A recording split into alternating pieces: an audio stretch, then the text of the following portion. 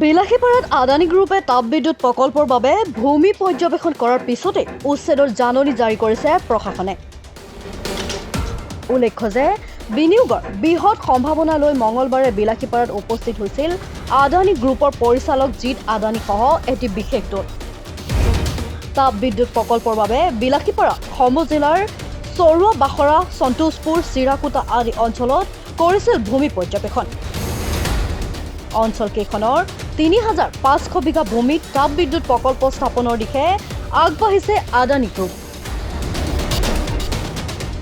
ইয়াৰ পিছতে হাহাকাৰ পৰিস্থিতিৰ সৃষ্টি হৈছে অঞ্চলকেইখনৰ হাজাৰ হাজাৰ পৰিয়ালৰ মাজত।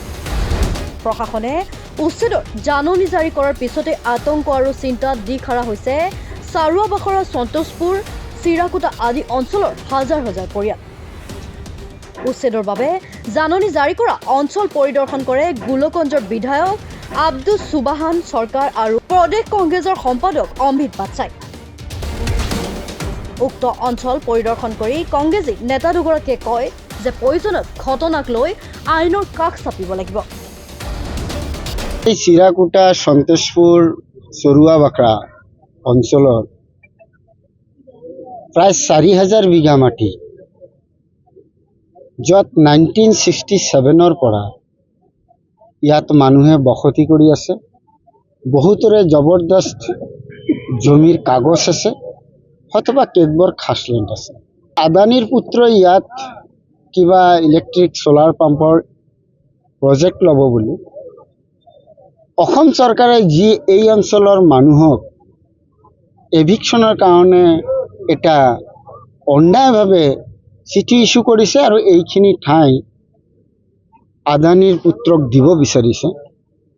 মই চৰকাৰক এটা কথাই আজি আপোনালোকৰ জৰিয়তে ক'ব বিচাৰিছোঁ, ইয়াত মন্দিৰ মছজিদকে ধৰি চৰকাৰী আমাৰ সাহায্যপ্ৰাপ্ত বহুতো অনুষ্ঠান ইয়াত আছে, ধৰ্মীয় অনুষ্ঠান আছে। ইয়াত এনেকুৱা এখন ঠাই চইচ নকৰি অসমৰ ভূমিত বহুতো এনেকুৱা ঠাই আছে য'ত যাতায়াত ব্যৱস্থাৰ সুচল থকাৰ লগতে এনেকুৱা ইণ্ডাষ্ট্ৰী গঢ়ি তোলাৰ ঠাই আছে য'ত এজনো মানুহ বসবাস কৰি থকা নাই। ঠিক তেনেকুৱা এখন এডোখৰ মাটি যিমানখিনি লাগে চৰকাৰে দিব পাৰিব। ইয়াত মই ভাবিছোঁ পৰিকল্পিতভাৱে কোনোবা এটা জনগোষ্ঠীক, পৰিকল্পিতভাৱে কোনোবা এটা সভ্য সমাজক, কোনোবা এটা ধৰ্মাৱলম্বী গোটৰ মানুহক এটা এৰিয়া চইচ কৰিছে আৰু এইসকল ব্যক্তিক আলাই আথানি কৰাৰ কাৰণে আজি চৰকাৰে এভিকশ্যনৰ নটিচ দিছে, যিটো নিদিয়াকৈ বহুত ঠাই ইহঁতে ল'ব পাৰিলেহেঁতেন বেলেগ ঠাইত। আৰু এইসকল মানুহৰ যি সপোন, যি ইহঁতৰ ব্যৱস্থাপনা চলাৰ গোটেইখিনি অটুট থাকিলহেঁতেন। লগতে আমি এটা কথা মনতে থিৰাং কৰিছোঁ, এইখিনি কাম কৰাৰ পিছতো যদি কামখিনি আমাৰ হৈ নুঠে তেনেহ'লে আইনীভাৱে যি ব্যৱস্থা ল'ব লাগে। কাৰণ জনসাধাৰণে যেতিয়া নিৰুপায় হয়, চাৰিওপিনৰ পৰা যেতিয়া অন্যায়ভাৱে জনসাধাৰণক যেতিয়া কোঙা কৰিব বিচৰা হয়, তেতিয়া জনসাধাৰণৰ বিকল্প এটাই পদ আছে, সেইটো হৈছে উচ্চ ন্যায়ালয় বা উচ্চতম ন্যায়ালয়।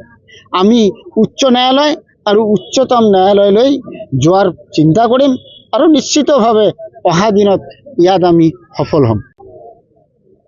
চিৰাকুটা পাৰ্ট 1, চৰুৱা বাখৰা আৰু সন্তোষপুৰ গাঁৱত চৰকাৰে যেনেধৰণৰ অবৈধভাৱে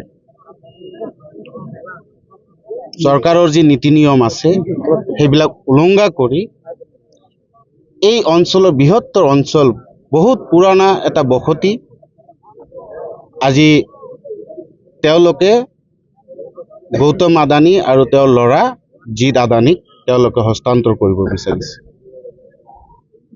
আমাৰ ধুবুৰী জিলাৰ সংসদ মহোদয়, আমাৰ সন্মানীয় বিধায়ক গোলকগঞ্জৰ সুবাহান আলী চৰকাৰ ডাঙৰীয়াক, তেখেতক এই অঞ্চলটোত ভ্ৰমণ কৰি এই অঞ্চলৰ বুজ ল'বলৈ পঠাই দিছে।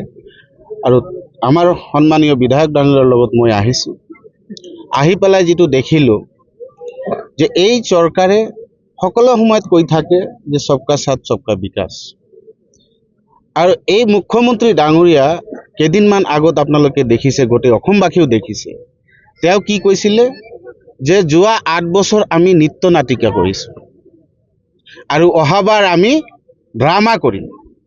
এই কথাবিলাক কিন্তু আমাৰ নহয়, অসমৰ জনসাধাৰণে ইতিমধ্যে শুনিছে, দেখিছে।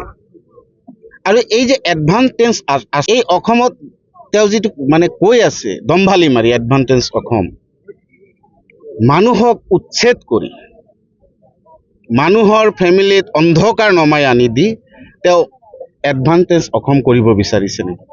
আৰু আপোনাৰ যি ক্ষমতাৰ যি অহংকাৰ, এই অহংকাৰ অনাগত দিনত অসমৰ ৰাইজে আপোনাক নিশ্চয় প্ৰত্যুত্তৰ দিব।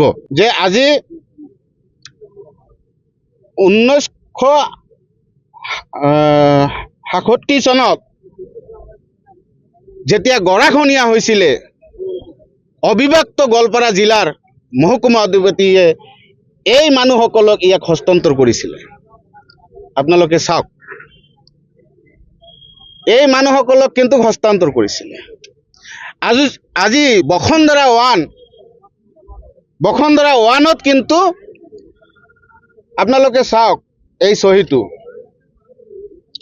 বসুন্ধৰা 1ত কিন্তু এই অঞ্চলৰ মানুহে বহুত পাত্তা পাইছে, বহুত আমন্ত্ৰণ পাইছে, চৰকাৰী বহুত ঘৰ পাইছে, ইয়াত স্কুল আছে, ইয়াত খেলপথাৰ আছে। আজি আপুনি যি পৰিকল্পিতভাৱে এই মানুহসকলক উচ্ছেদ কৰিব বিচাৰিছে, ইয়াৰ প্ৰত্যুত্তৰ কিন্তু অসমৰ ৰাইজে আপোনাক দিব।